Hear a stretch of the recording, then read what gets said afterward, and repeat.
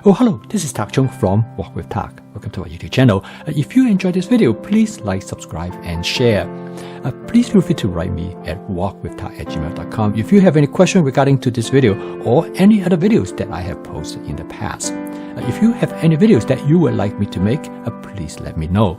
I'm looking forward to hearing from you. My wife loves salmon, and salmon is probably her favorite food ingredients. In the past, when she went out to eat, she always orders salmon, but she never seems to be totally happy with the outcome, even at some of the finest restaurants.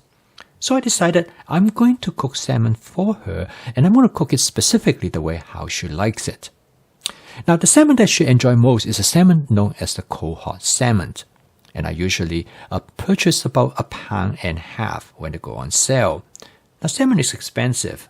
Quite often, they cost about $12, $15 a pound, so it's not something that you want to mess up. So I work on it for about a couple years to get the flavor just right. So here I have a piece of salmon which is about 1.25 pounds. Now, if you look at the salmon, you notice that the salmon has some part of it is thinner and some part of it is thicker, just the way how the fish is. Now, if you cook the entire piece of salmon, whether you grill it or cook it in the oven, you will find that the thin part will cook more than the thick part.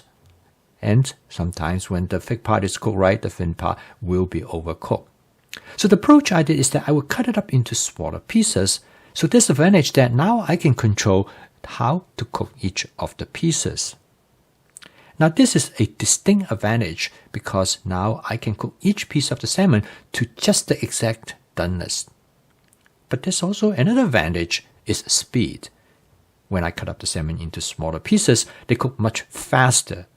In fact, this piece of salmon, this 1.25 pound piece of salmon, will take about 10 to 15 minutes to cook.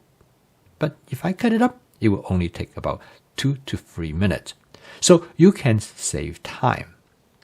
Now, having the salmon cut into small pieces has also another advantage because now I can divide them into different meals. And this will allow me to use only the amount of salmon that I need for a particular dish. And in this case, I divide them into 3 portions, so I can cook them in 3 separate evenings for 3 different dishes in 3 different ways. Okay, now the way how I cook the salmon, I work on it for about 2 years. And one of the most important things is that about the skin of the salmon. My wife liked the skin of the salmon, particularly when it has been grilled. She liked the salmon skin that has a crispy texture. However, I don't grill, so I need to find a different way to achieve that texture. And I know it's doable because based on my other experience. The key is that I'm going to pan fry the salmon. Sometimes I call it shallow frying. Basically, I'm going to put the skin part of the side of the salmon down on the surface of the wok. And I'm going to cook it until that skin turns crispy. Basically, I'm going to char the skin of the salmon. Now, when you cook on your own, you can do all kinds of adjustments. My wife loves ginger, so I'm going to add some ginger while I fry the salmon. This will give the salmon a nice ginger flavor, a mild ginger flavor. Because when you cook ginger, usually that the sharpness will disappear, but it will give the salmon an interesting and complex texture. These are fresh gingers that I have sliced into thin strips. They will provide the salmon excellent flavor. Now, when you cook at home, you have the liberty of whatever ingredient that you want to use. You do not have to follow conventions because nobody, as far as I know in the past, that actually put ginger to cook with salmon. But it turned out to be great. I was skeptical in the beginning because I have never tried this before.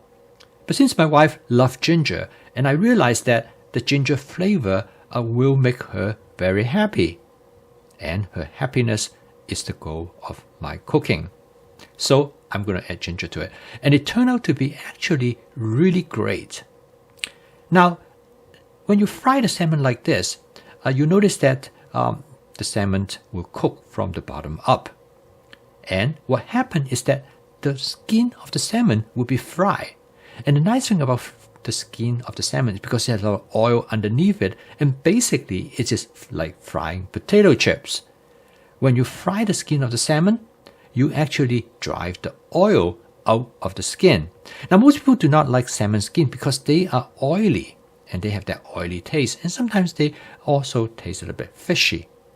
But this method, you actually remove the oil from the skin of the salmon, and it actually makes the salmon taste really great and that crispy texture. In fact, for my wife, it has become the best part of the salmon. Next, I add the vegetables to go with the salmon. I use some broccoli and I use two kinds of mushroom. Start out with king oyster mushroom because I have them in my advanced prepping. And I also going to use shiitake mushroom. It turned out that both of these mushrooms are my wife's favorite. And so I create this dish specifically to make it match her flavor. And then I'm going to add more ginger. This time the ginger I add to the wok at a much later time. Now you remember I mentioned that the ginger I add earlier, the flavor is not distinctive because after you fry the ginger, basically it's add the complexity to the dish, but the ginger flavor is almost undetectable.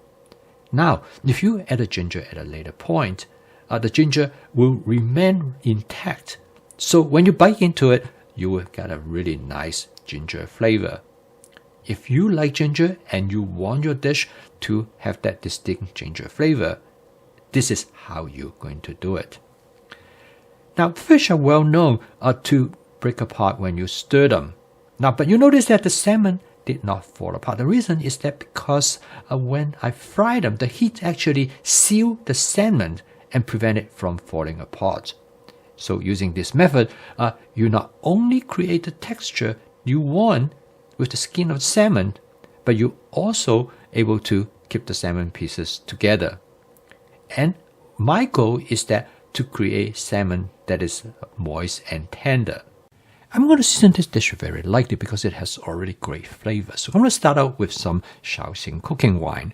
Cooking wine will go really well with both of the mushroom, give them great flavor. And then I'm going to season it very lightly with about 1.5 tablespoons of oyster sauce. Home cooking has many advantages, but the most important one is that you can flavor the dish exactly how you like it. And this is the reason why flavor chasing is such an important part of my cooking system. Through that, you can constantly improve the flavor of your food. Now the dish is almost done. The final ingredients I add is some miniature color bell pepper. Again, I have them available in my advanced prepping. I really don't need to use it, but it will add color to the dish, as you can see here, but it also adds flavor to the dish as well. And this salmon dish basically can be divided into two parts. The first part is to charring the skin of the salmon in a pan frying approach or shallow frying approach. And the second part is cooking the salmon together with other vegetables in a stir frying approach. Now this dish truly takes the best of the both worlds. The end result is that you have a salmon that's cooked just right, but at the same time, use the salmon, you can enhance your consumption of vegetables and make them taste great. You notice that this dish has a very light sauce, and the reason for that is that whatever sauce that I have created cling to the food ingredients.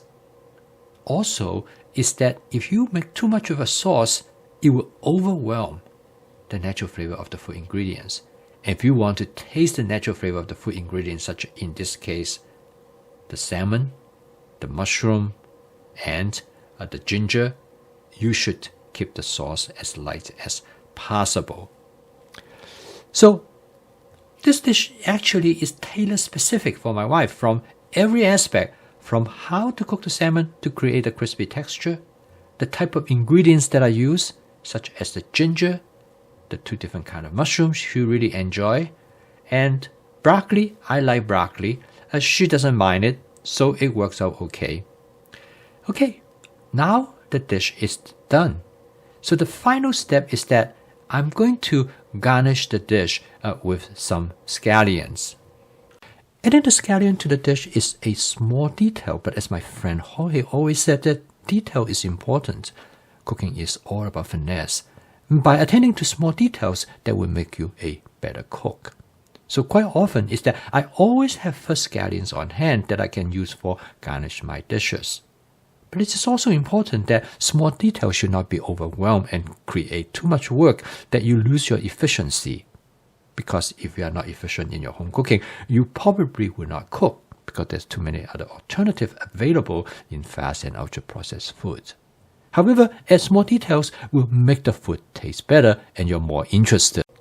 This dish demonstrates the various aspects of my fast cooking system, that is flavor chasing, advanced prepping, stir frying, and template-based cooking. All of these three attributes are represented in cooking this dish. So if you'd like to learn more about my fast cooking system, please subscribe to my YouTube channel. So keep on cooking. I will see you tomorrow.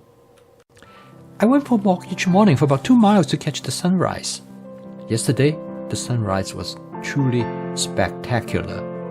And when I went down to the river, I saw this beautiful reflection, and with some light snow that we have several days ago, the scene is absolutely beautiful. I hope you enjoyed this picture as much as I enjoy my walk.